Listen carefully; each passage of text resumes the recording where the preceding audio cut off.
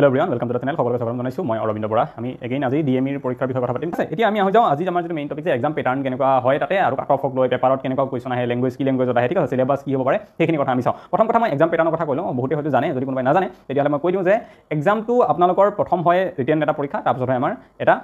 Grade 4 কাৰণে viva এডিৰ নিচিনা আৰু গ্ৰেড 3 কাৰণে হয় এটা কম্পিউটাৰ স্কিল টেষ্ট। এতিয়া যেটো ৰিটেন পৰীক্ষা হয় তাত 50টা কোৱেশ্চন আহে, প্ৰতিটো কোৱেশ্চনত 1 নম্বৰকে থাকে আৰু নিগেটিভ মাৰ্কিং নাথাকে। এতিয়ালৈকে যেটো ট্ৰেন্ড হৈছে এনেকুৱাই চলি আছে হেলথ ডিপাৰ্টমেন্টত, ঠিক আছে, মানে লাষ্ট 2 বছৰত, মানে লাষ্ট দুবাৰ যেতিয়া পৰীক্ষা পাতিলে, এতিয়া ৰিসেন্টলি নাৰ্ছৰ পৰীক্ষা পাতিলে, এইটো ট্ৰেন্ডে তেওঁলোকে মেইনটেইন কৰি আছে, গ্ৰেড 3 হওক বা গ্ৰেড 4 হওক বা টেকনিকেলতে নহওক কিয়। ওকে, তো 10টা কোৱেশ্চন তাতে ইংলিছৰ থাকে, 10টা কোৱেশ্চন মেথছৰ থাকে আৰু 30টা কোৱেশ্চন থাকে তাতে জিকে ৰিলেটেড। তাৰ মানে ইয়াতে তেওঁলোকে ৰিজনিঙৰ কোৱেশ্চন দিয়ে, ৰিজনিঙৰ কোৱেশ্চন নাথাকে। আৰু পেপাৰখনৰ যদি ল্যাঙ্গুৱেজৰ কথা কওঁ, কেৱল ইংলিছতে আহিছে, তাত অসমীয়াত বা বেলেগ ল্যাঙ্গুৱেজত অহা নাই, এতিয়া হয়তো এবাৰ আহিব পাৰে নাজানো, কিন্তু অলৰেডি তাতে পেপাৰত কেৱল ইংলিছ ল্যাঙ্গুৱেজতেহে প্ৰশ্নখন অহা দেখা যায়। এইটো হৈছে এক্সাম প্যাটাৰ্ন, প্ৰতিটো কোৱেশ্চনত 2 নম্বৰকে থাকে, গতিকে 50টা কোৱেশ্চন প্ৰতিটো 2কে মানে 100 নম্বৰ হয়গে। তো 100ৰ ভিতৰত 96 95 পালে তেনেকুৱা মানে ক্লিয়াৰ হৈ যায় ভালদৰে। আৰু মই কৈছোঁ কোৱেশ্চন বহুত বেছি টান নাহে, সেইটো কাৰণে কাট অফ সেইটো এটা কাৰণ, যেটো কাৰণে কাট অফটো অলপ বেছি গুচি যায়, ঠিক আছে। তো এক্সাম প্যাটাৰ্নটো বুজিলে আপোনালোকে। দেন কাট অফৰ কথা ক'লো মই অলৰেডি, যে কাট অফটো আপোনালোকৰ ধৰি লওক যদি 90+ আপুনি কৰিব পাৰে,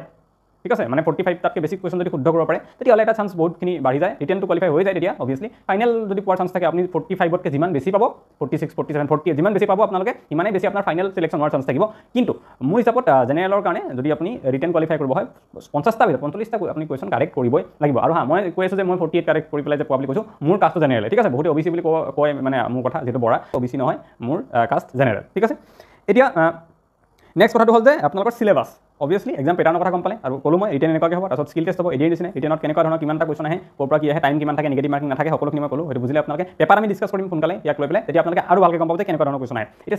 সিলেবাছ অফিচিয়েলি নিদিয়ে, ঠিক আছে, অফিচিয়েলি একো সিলেবাছ দিয়া নহয়, তাৰ পৰা আমি প্ৰিভিয়াছ ইয়েৰ পেপাৰৰ ওপৰত ডিপেণ্ড কৰি পেলাই গোটেই সিলেবাছটো উলিয়াব লগা হয়। তথাপি মই যদি আপোনালোকক আজি এতিয়া থুলমূলকৈ কওঁ যে কেনেকুৱা ধৰণৰ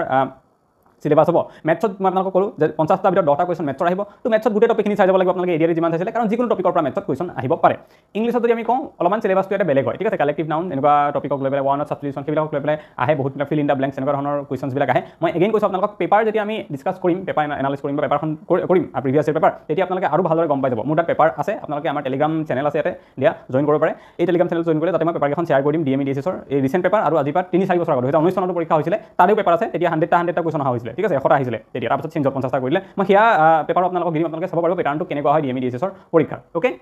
সো আমি তেতিয়া আৰু ডিটেইলছত গোটেই কথাখিনি বাৰু গম পাম। এতিয়া সিলেবাছৰ কথা মই কৈছোঁ যে মেথছত গোটেইখিনি আপোনালোকে যিখিনি এডিৰ কাৰণে চাইছিলে সেইখিনি চাব, ইংলিছতো অলমষ্ট তেনেকুৱাই, একদম প্ৰেডিক্টেড কিবা নাথাকে। দেন জিকেটো মেইন হয়, কাৰণ তাতে 30টা মানে 60% কুৱেশ্যন আপোনাৰ জিকেৰ পৰা আহিব। তো জিকেত যি আহে চব ইণ্ডিয়ান হিষ্ট্ৰী কুৱেশ্যন আহে, ইণ্ডিয়ান পলিটি, ইকনমি, ষ্টেটিক জিকে কুৱেশ্যন আহে, Indian art and culture question আহে তাতে, আৰু ছায়েন্স এণ্ড ৱৰ্ল্ড জিঅ'গ্ৰাফী, এই দুটা হৈছে ইম্পৰ্টেণ্ট টপিক আমাৰ কাৰণে সিলেবাছৰ ভিতৰত, ডিএমই পৰীক্ষা বা ডিএছএছৰ সেই হেল্থ ডিপাৰ্টমেণ্টৰ পৰীক্ষাৰ কাৰণে। কি দুটা ইম্পৰ্টেণ্ট যিকেইটা ইউনিক হয় অকণমান, এবাৰটো এডিআইটো দিয়ে দিছে ৱৰ্ল্ড জিঅ'গ্ৰাফী আৰু ছায়েন্স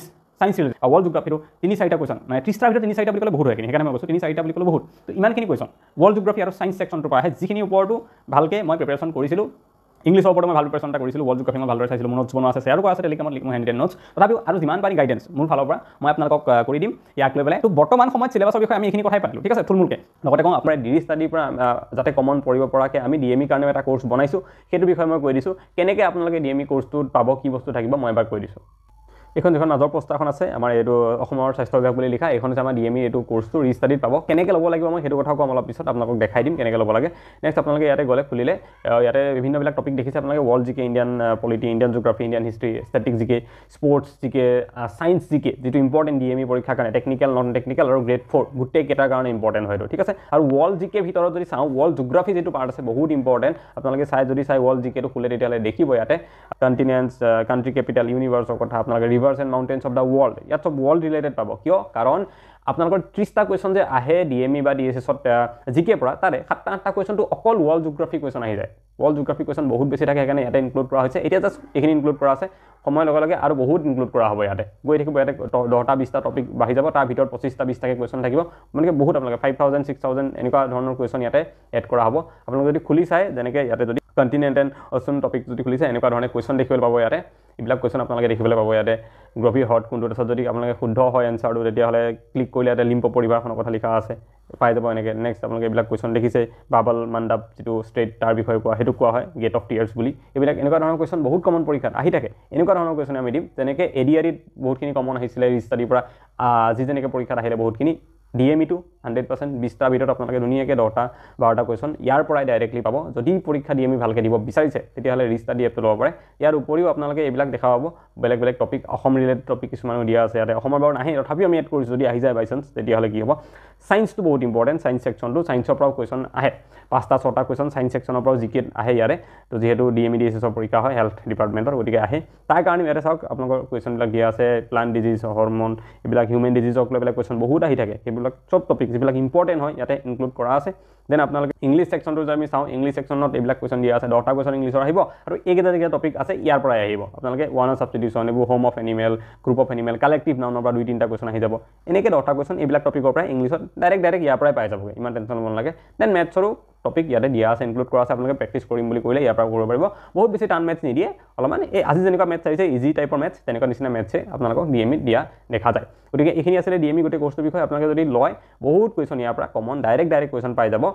কেনেকৈ ল'ব পাৰিব সেই বিষয়ে মই এবাৰ কৈ দিছোঁ চাই লওক যদি ভাল লাগে আপোনালোকে নিশ্চয় ল'ব পাৰিব আপোনালোকে কোৰ্ছটো ল'বৰ কাৰণে প্ৰথমে আপোনালোকে গুগল প্লে ষ্ট'ৰত যাব তাতে চাৰ্চ কৰিব ৰিষ্টাডি বুলি এইটো যিটো স্পেলিং লিখিছোঁ মই ৰিষ্টাডি বুলি চাৰ্চ কৰি দিব তেতিয়া এই এপটো ডাঙৰকৈ যিটো R লিখা আছে এই ৰিষ্টাডি বুলি আপোনালোকৰ আহি যাব আৰু এই ৰিষ্টাডিটো আপোনালোকে ইনষ্টল কৰিব লাগিব এটা আপোনালোকে মোৰ অলৰেডি ইনষ্টল আছে ইনষ্টল হোৱাৰ পিছত আপোনালোকে হোম পেজত যাব এইটো এপটো আমাৰ এতিয়া আহিছে ইনষ্টল হৈ গ'ল ৰিষ্টাডি বুলি ইয়াতে ক্লিক কৰিলে আপোনালোকৰ কি ওলাব এইটো পেজ নোলায় প্ৰথমে এটা আপোনালোকে ফোন নাম্বাৰ দিব লাগিব নিজৰ ফোন নাম্বাৰটো দি পেলাই জাষ্ট এবাৰ